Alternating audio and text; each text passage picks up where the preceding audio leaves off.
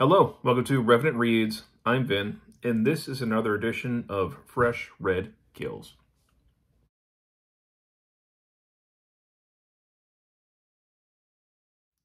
So Fresh Red Kills is where I talk about books that I have recently finished reading, and I'm going to talk about two in this edition. I'm going to talk about Tales of Valhalla, Norse Myths and Legends, and also My Cousin Rachel by Daphne du Maurier. I guess I'll start with this one. This is the first thing that I finished reading in the month of June. And I had read Daphne du Maurier's Rebecca about 2 years ago, and I enjoyed it. I thought the writing was excellent. I had some issues with the book, mainly that the main character seems to kind of become a spectator in her own story in the last act. But overall, I liked it, and I really liked the writing. And I had this on my shelf in my TBR, and I picked up this copy actually from I think Goodwill, in pretty good condition. I usually don't like movie tie-in covers, but that's Rachel Weisz, so I don't really mind all that much for this one. And I had seen that Mark over at Book Time with Elvis, that he was going to be taking part in this month's Black Hearts Book Club, which is run by Carrie from Very Literary Carrie. And this month's pick was My Cousin Rachel. And since it was already on my list, I definitely thought, hey, I really want to join in on that. And you're going to see a theme in the next video that I make too. I kind of, wormed my way into a couple of Mark's buddy reads, because just he happened to be reading quite a few books that I've been wanting to get to anyway. So I was looking forward to this, certainly. This was originally published in 1951, so after Rebecca. I really went into this blind, though. I knew really nothing about it. I had not seen the movie. I didn't realize that this was a period piece, that this basically takes place probably around 1840 or so. That took a little bit of adjusting. And we're really seeing this whole thing through the eyes of a young man named Philip, who is in his early 20s. He's living with his cousin, who's kind of been like a surrogate father figure to him on this fairly wealthy estate. And this father figure is largely sickly, and he goes down to Italy every year in order to basically, have a better climate for his ailments.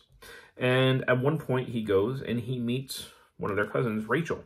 And of course, in that time, it was not uncommon for cousins to marry each other. His cousin falls in love with Rachel and they get married. However, he unfortunately passes away while in Italy. And Philip becomes convinced that Rachel killed him, probably by poison or some other means. So he's determined to basically hate Rachel and ruin her life. And then Rachel unexpectedly shows up, and he finds himself very quickly smitten by her. And from that point on, we walk a very fine line of not really knowing what to think of Rachel.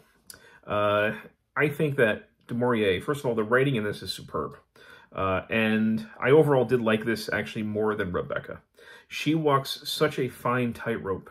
And I found my sort of loyalties shifting back and forth over and over again, kind of with Philip and then with Rachel. And du Maurier leaves us so many reasons to doubt what Philip is maybe believing, or what he's doing, maybe his motivations, his reasoning behind things. And we keep on sort of expecting Rachel to kind of twist the knife and come out as the villain. But we keep getting, we basically keep getting stumbling blocks put in our way.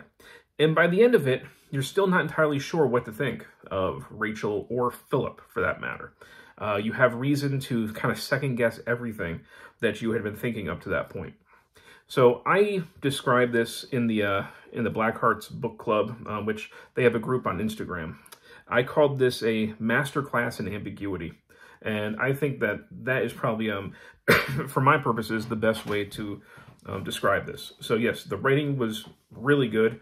The story, it doesn't move swiftly. It definitely takes its time. But I found it very satisfying. And I really like the ending.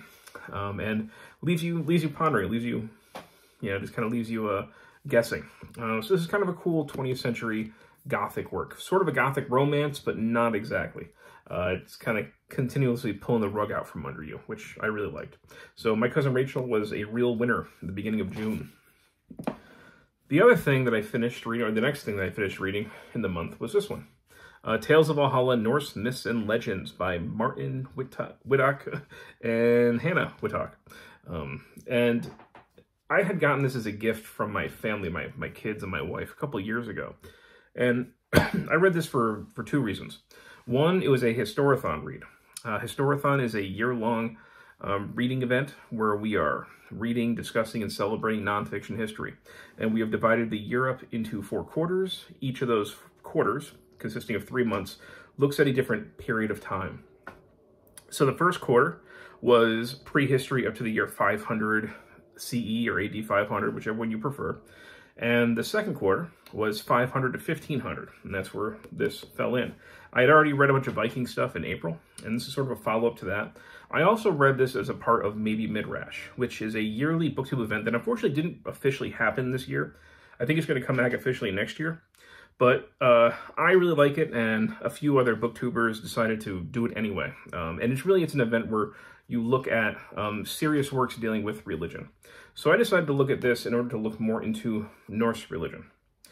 Now, what this is, and I would say it doesn't entirely do what I wanted it to do, but what it does do, I think, is very helpful.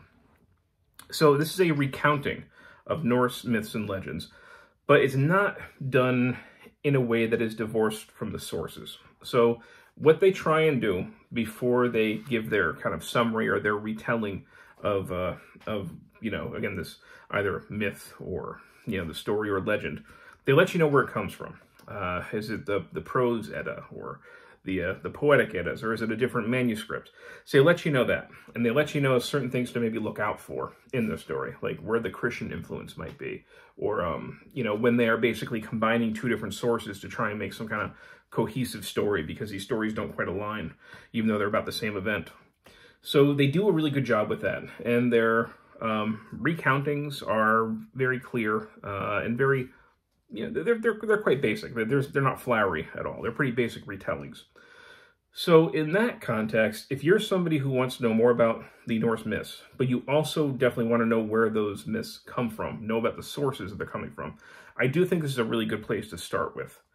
Good introductory level. I think you're going to want to dive deeper, after this, but I think this is a good way to whet the appetite.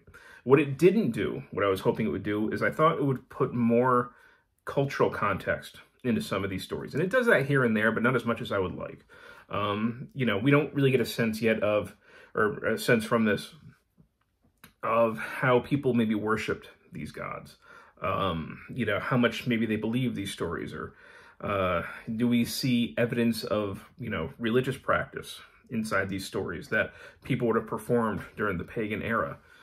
We don't really get into that stuff, and that's kind of what I was hoping to get out of this. And again, that's not what they were going for. That's not really what this was, so I'm not going to hold it against it. I still think it was, for me, worth reading, and I enjoyed it. It just wasn't quite what I was looking for. But again, still, I'm going to keep it and flip through it again at some point.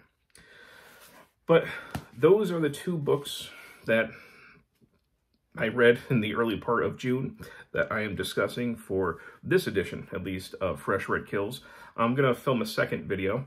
I tried to do no more than maybe 2 or 3 books per video. Part of that has to do with, I like to put the titles of the books inside the title of the video. I'm not somebody who's looking for a bunch of clicks on videos that people don't want to watch. So you'll know exactly what you're getting when you click on these videos. And again, if you're new here, I don't call these things reviews. These are just me. This is just me basically giving my thoughts. And you can tell it's all unscripted. So if you made it this far, thank you. And as always, I'd love to hear your thoughts on these if you have read these before. Thank you, BookTube.